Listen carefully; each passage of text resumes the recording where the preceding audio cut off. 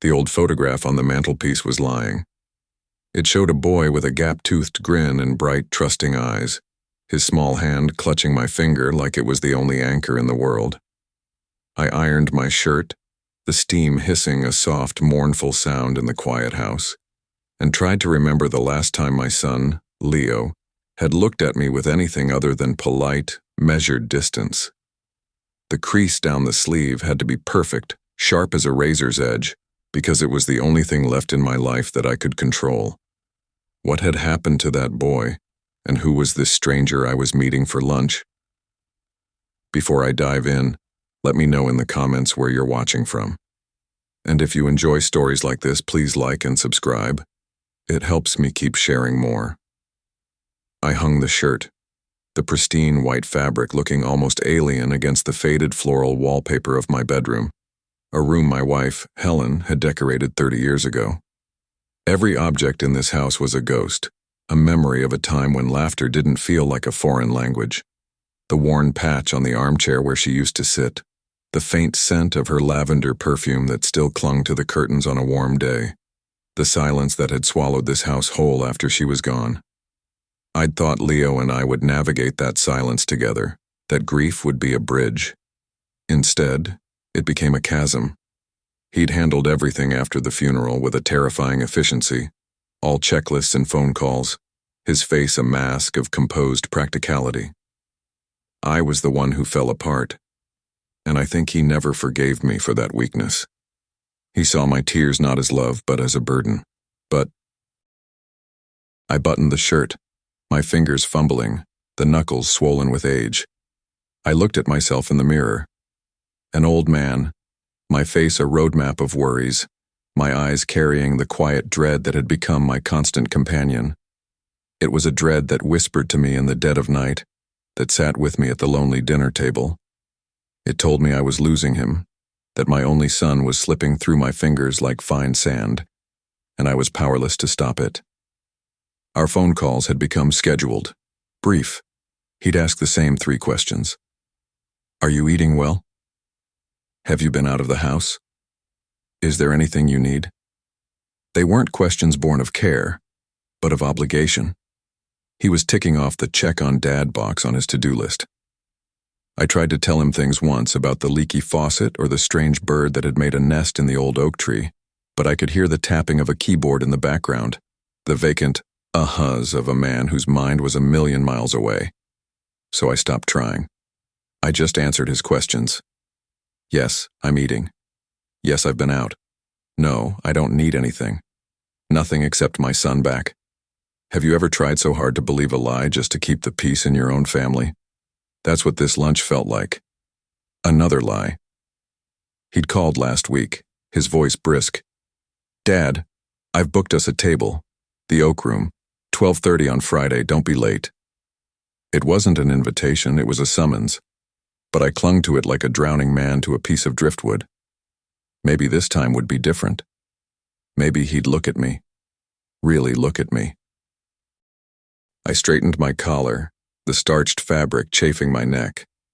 I could see the table in my mind. Dark wood, heavy silverware. 2 men sitting in a cavern of silence, the unspoken accusations hanging in the air between them. I would ask about his job. He would give one-word answers. I would ask about his wife, Clara, a woman who looked through me as if I were made of glass.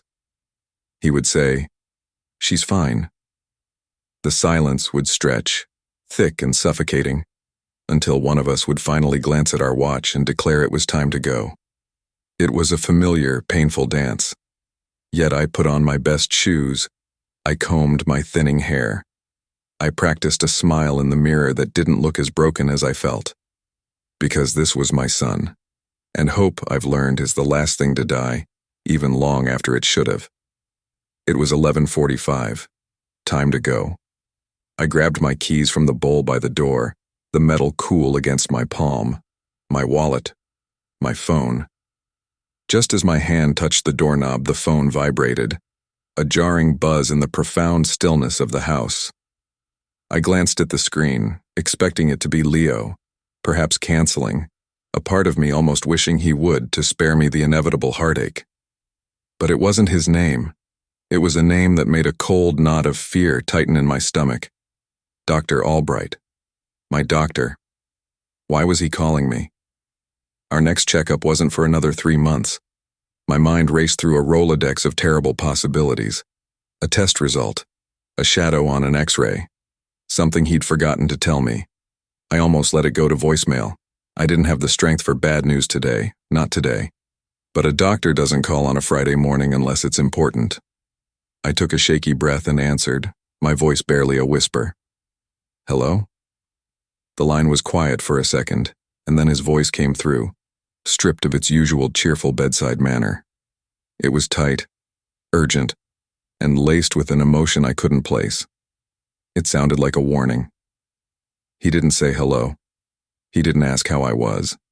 He said 5 words that shattered the fragile calm of my morning into a million pieces. Arthur, cancel your lunch. Come right now.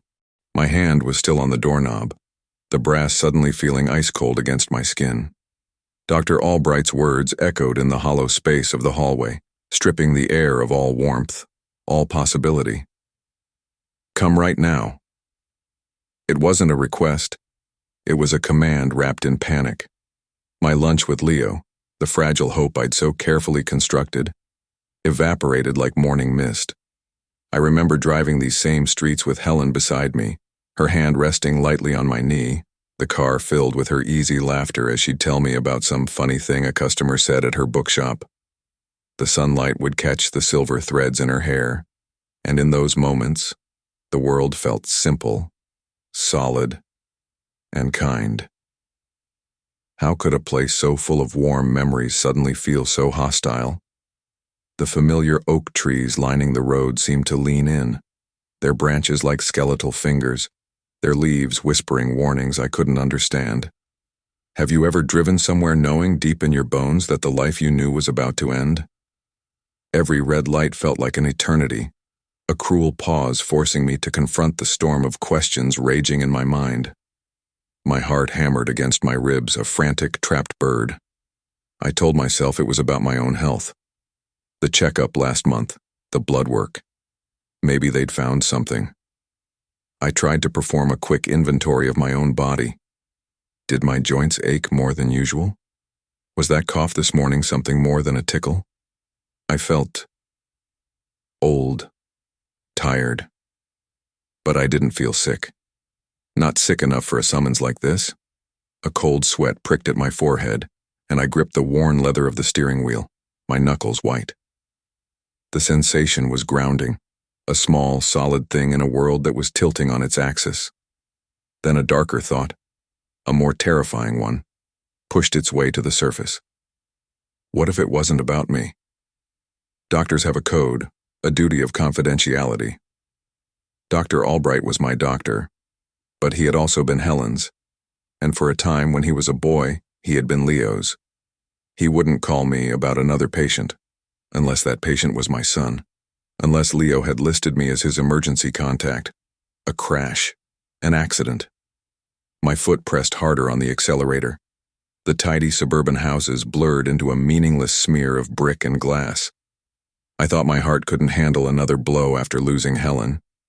I truly believed the worst was behind me, that life had taken its pound of flesh and would leave me to grieve in peace. I was a fool. Grief is not a one-time payment. It's a debt that calls you again and again, each time demanding more.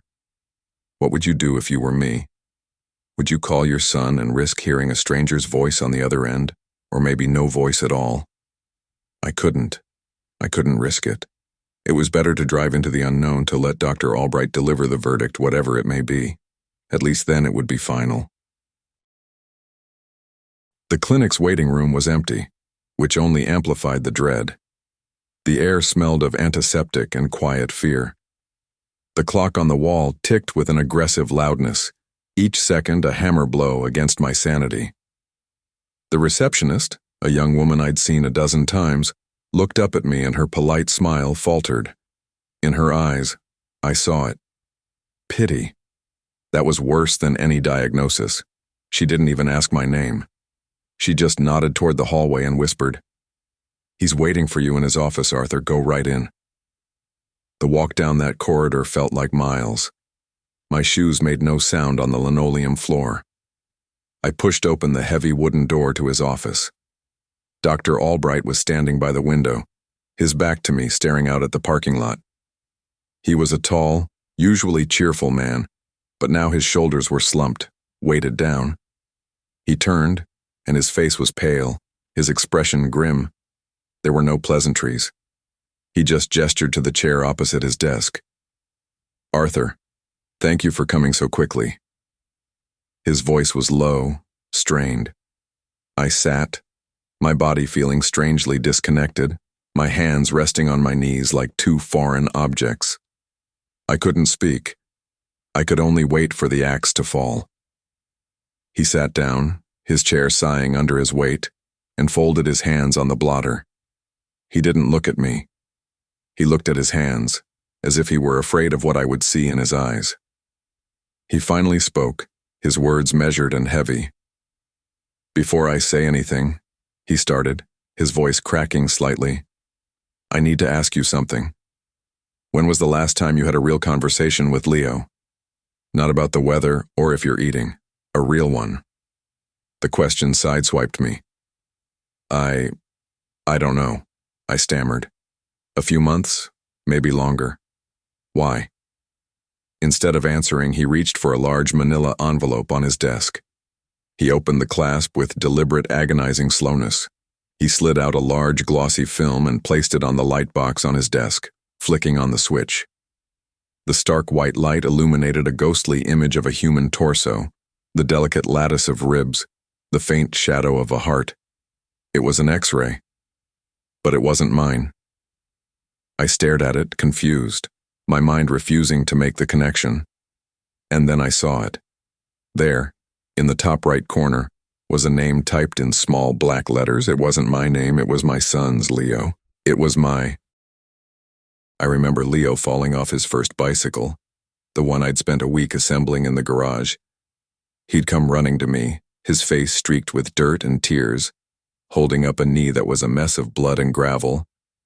I'd cleaned it, bandaged it, and held him until his sobbing subsided. I could see the shape of his small bones then, under the skin, so fragile and perfect. How could that image, that memory of a small boy's simple pain, lead to this?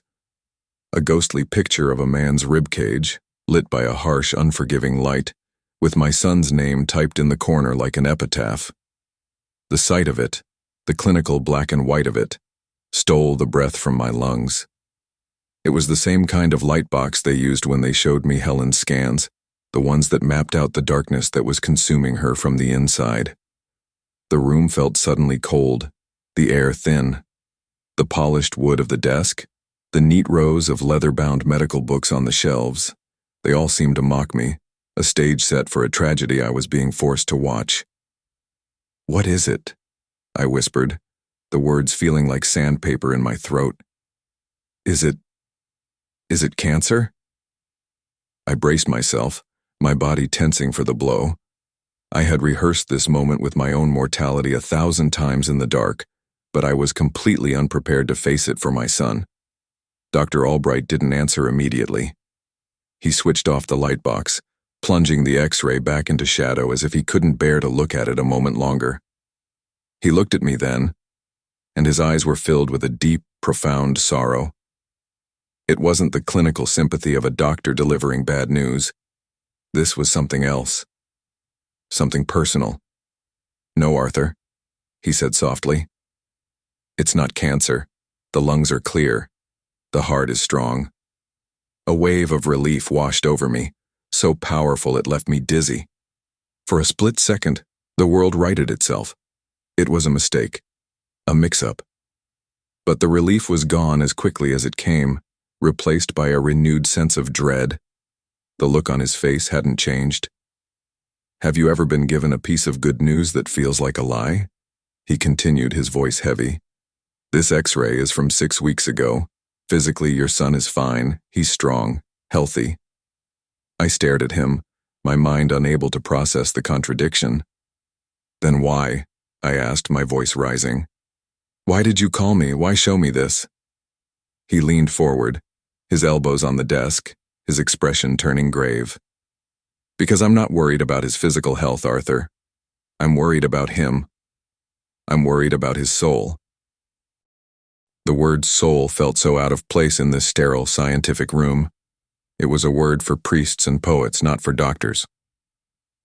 I don't understand, I said, shaking my head. What are you talking about? He took a deep breath, the kind a man takes before diving into dark, cold water. Leo came to see me about a month and a half ago. He said he'd slipped and fallen down the stairs at his home. He had some severe bruising, a lot of pain.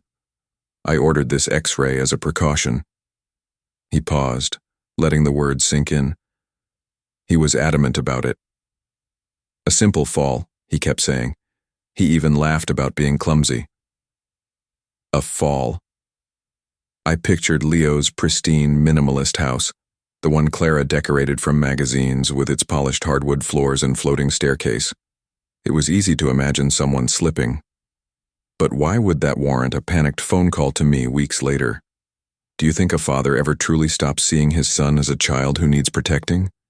Even now, my first instinct was to defend him, to make excuses. So he had an accident, I said, a defensive edge to my voice. People fall. Dr. Albright held my gaze, and the pity in his eyes was now mixed with something harder. Something like judgment. That's what I thought too, he said quietly.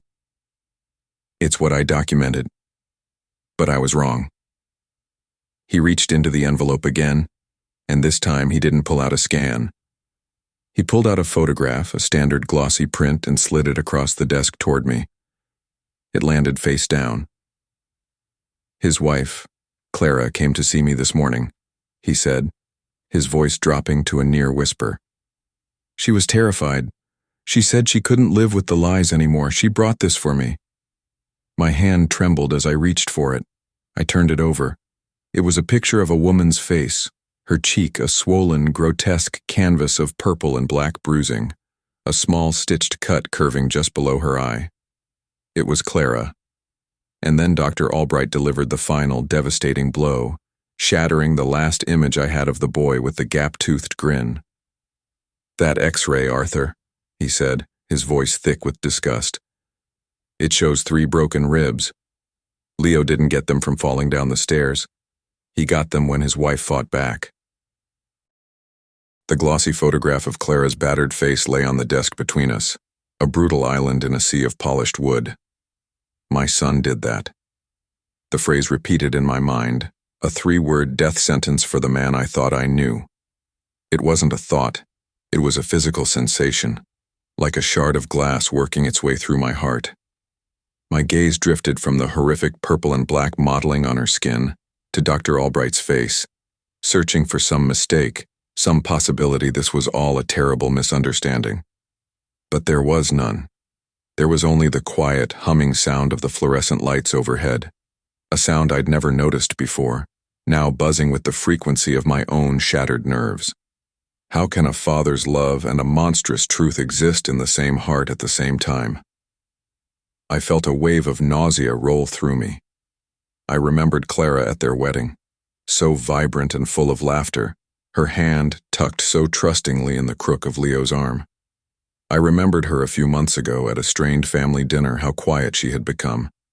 I had mistaken her silence for serenity, her withdrawn nature for shyness. I had been a fool, a blind, sentimental old fool. What other signs had I missed? What other bruises had been hidden under long sleeves? What other desperate glances had I failed to meet? She fought back. Dr. Albright's voice cut through the roaring in my ears. The words landed like stones. It wasn't just that he had hurt her. It was that she had been forced to defend her life against my son. The boy I taught to ride a bike.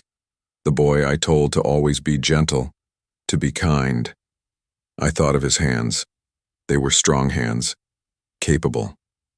I had watched them fix my car engine, build bookshelves, tie his own son's shoelaces. The idea of those same hands striking a woman, striking his own wife, was so fundamentally wrong it felt like the world had been knocked off its axis. I could hear the faint, muffled sound of traffic from the street outside, the mundane rhythm of a world that was still turning, completely unaware that mine had just ended. "Where is she?" I asked, my voice a dry rasp. "Is she safe?" "For now," Dr. Albright said, his expression hardening. "She's with her sister, 2 towns over. She's terrified, Arthur. She said Leo has a temper, that this wasn't the first time, but it was the worst. He doesn't know she came to me. He thinks she's at a spa retreat for the weekend. He's been calling her, leaving messages. Some of them are sweet, apologetic. Others are not." He didn't need to elaborate.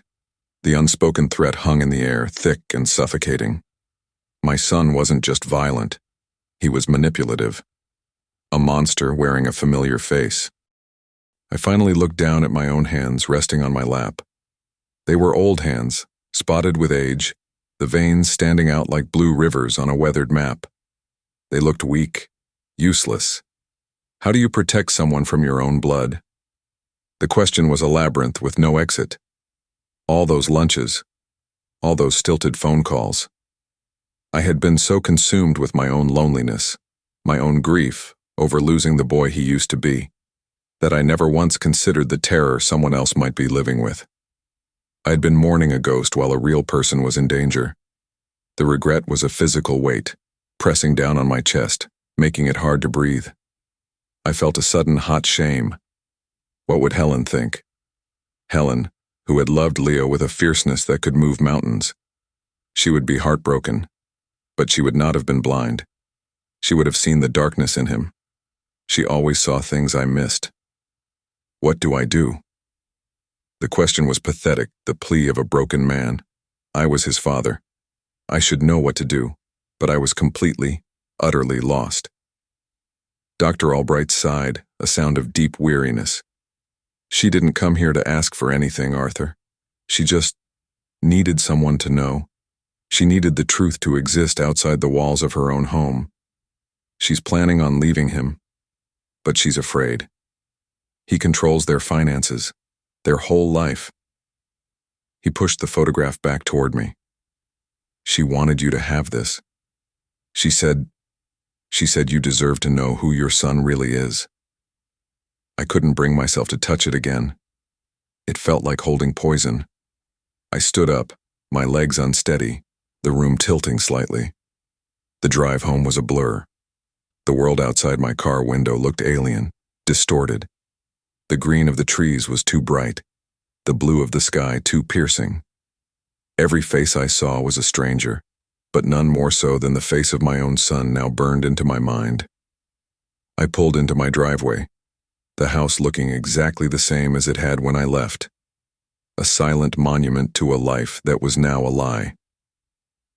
The neatly trimmed lawn, the freshly painted door, it was all a facade, just like Leo's polite phone calls, just like his perfect, curated life. I sat in the car for a long time, the engine off, the silence inside a roaring vacuum. It was 12:40. I was late for lunch. The lunch that was never going to happen. I thought about him sitting there, at that fancy restaurant, looking at his watch, a flicker of annoyance on his face. The image filled me with a cold, clear rage that burned away the shock. Just as I reached for the door handle, a vibration broke the stillness. My phone, lying on the passenger seat, lit up.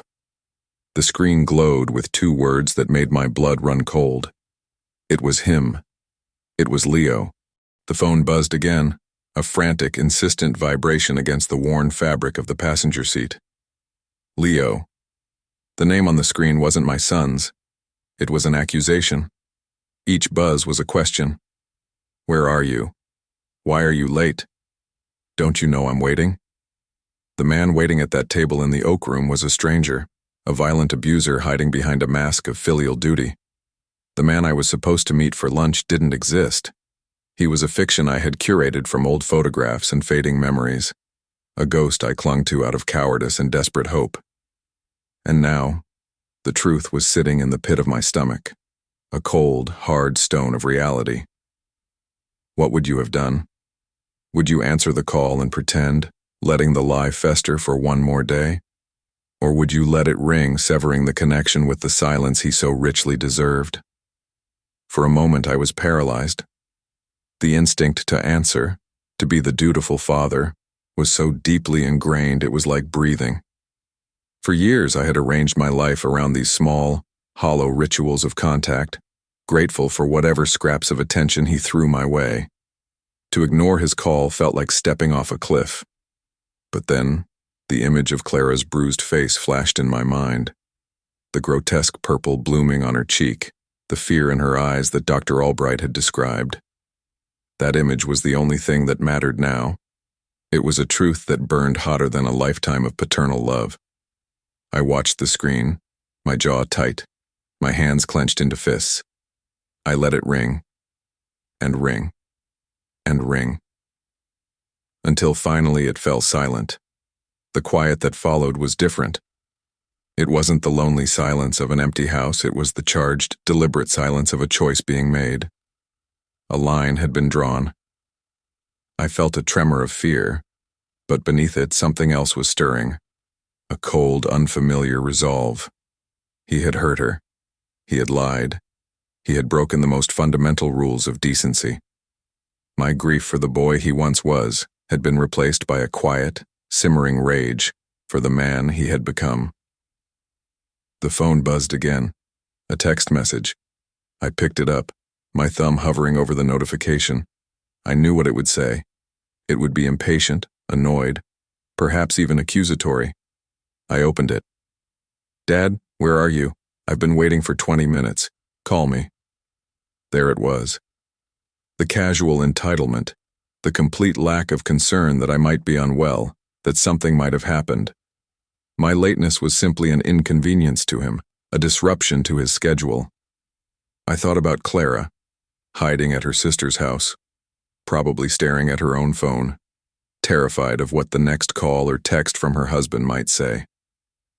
He was a predator, and for too long, my love and my denial had helped provide his camouflage.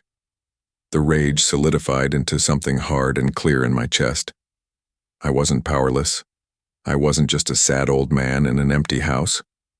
I was the only person left who knew both sides of the story, who held the key to the carefully constructed cage he had built around himself. I had spent years being afraid of his disapproval, of his emotional distance. I was done being afraid. I started the car, the engine rumbling to life with a satisfying roar. I wasn't going home. I knew exactly where I needed to go. The drive to Leo's house was automatic, my mind a whirlwind of fragmented plans. What was I going to do? Confront him? Yell at him? The thought of a physical confrontation was ludicrous. He was in his prime, strong and vital.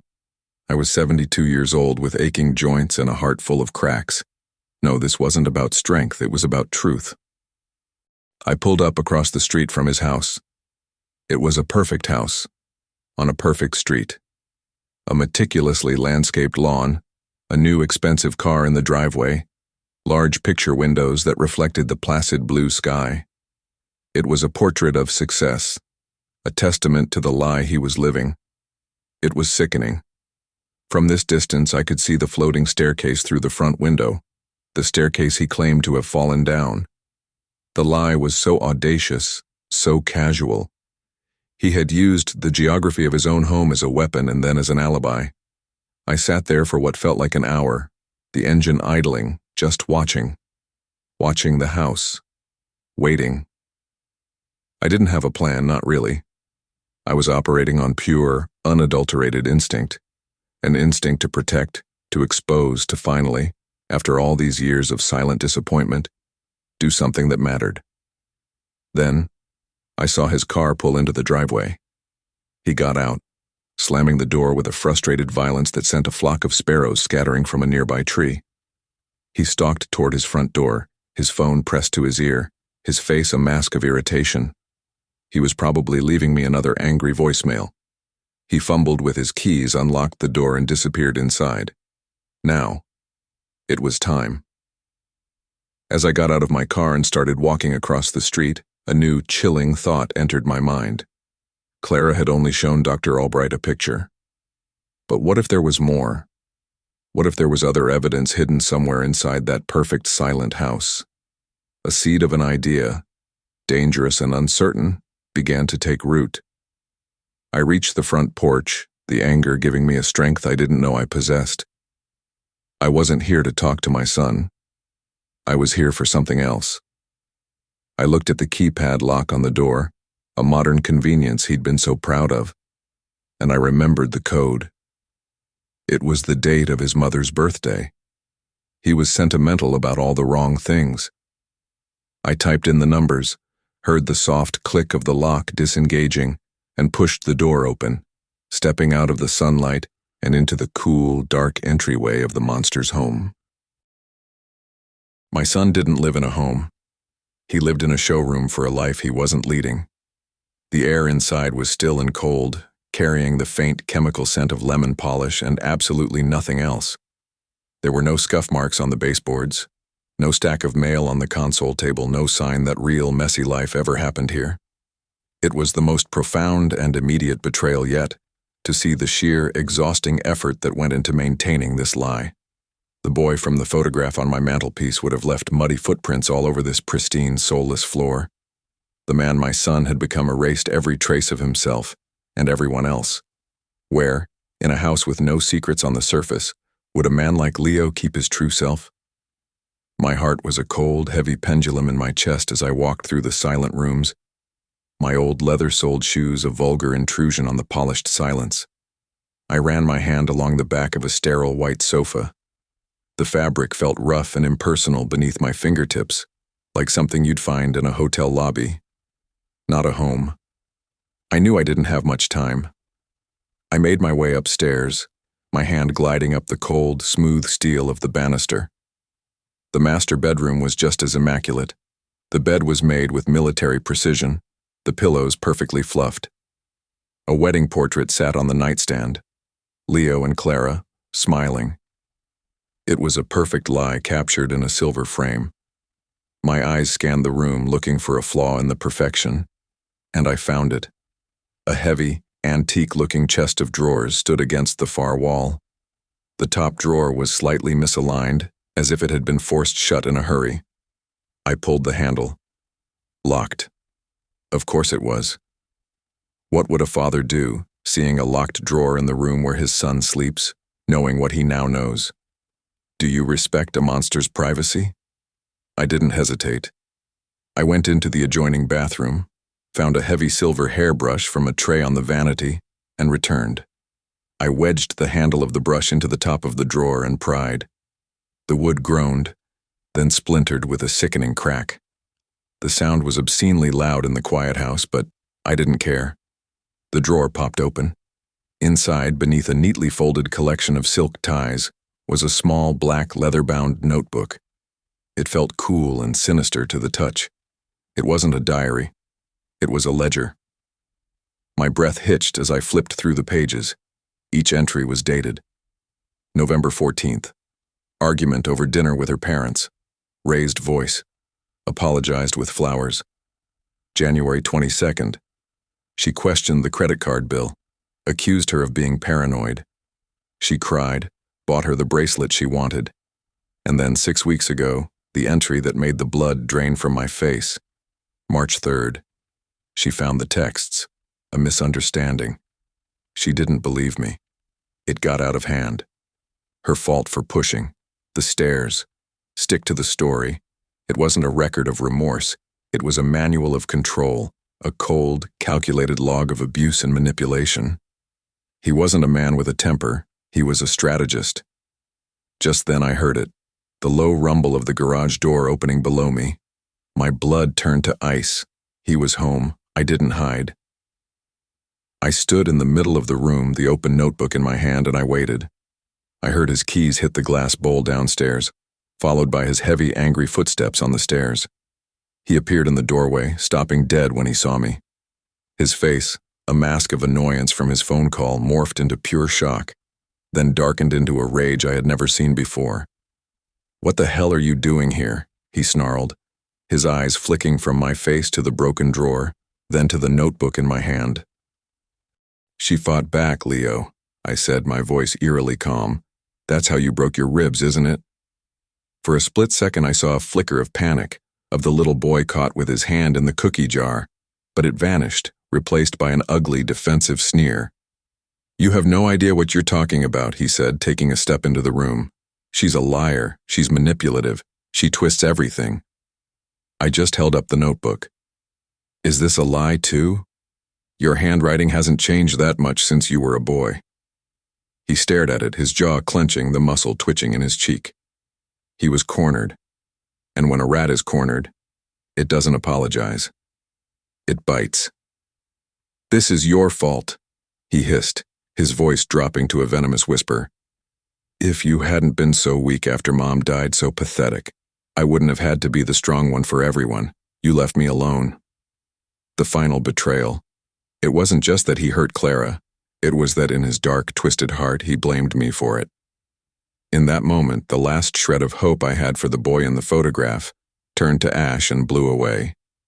I looked at the man in front of me, this stranger, filled with poison, and I felt nothing but a vast, empty pity. I carefully placed the notebook on the bed. "I loved a boy once," I said, my voice steady. He had a gap-toothed grin and bright, trusting eyes. "I don't know who you are." I turned and walked out of the room, down the stairs and out the front door, leaving him standing there amidst the wreckage of his perfect life. I didn't look back. I got in my car, pulled out my phone, and made the only call that mattered. Not to the police. Not yet. That was Clara's decision. I called her. When she answered, her voice trembling, I said the only words a father could. "He knows. But you're not alone anymore. I'm on your side." I learned that true love isn't about holding on to the person you wish they were. It's about having the courage to face who they've become, even if it breaks your own heart to do it. The photograph on my mantelpiece is still there, but I see it differently now. It's not a memory of my son. It's a memorial for a boy who somewhere along the way got lost for good. What do you think is the hardest truth a parent can face? Let me know in the comments below.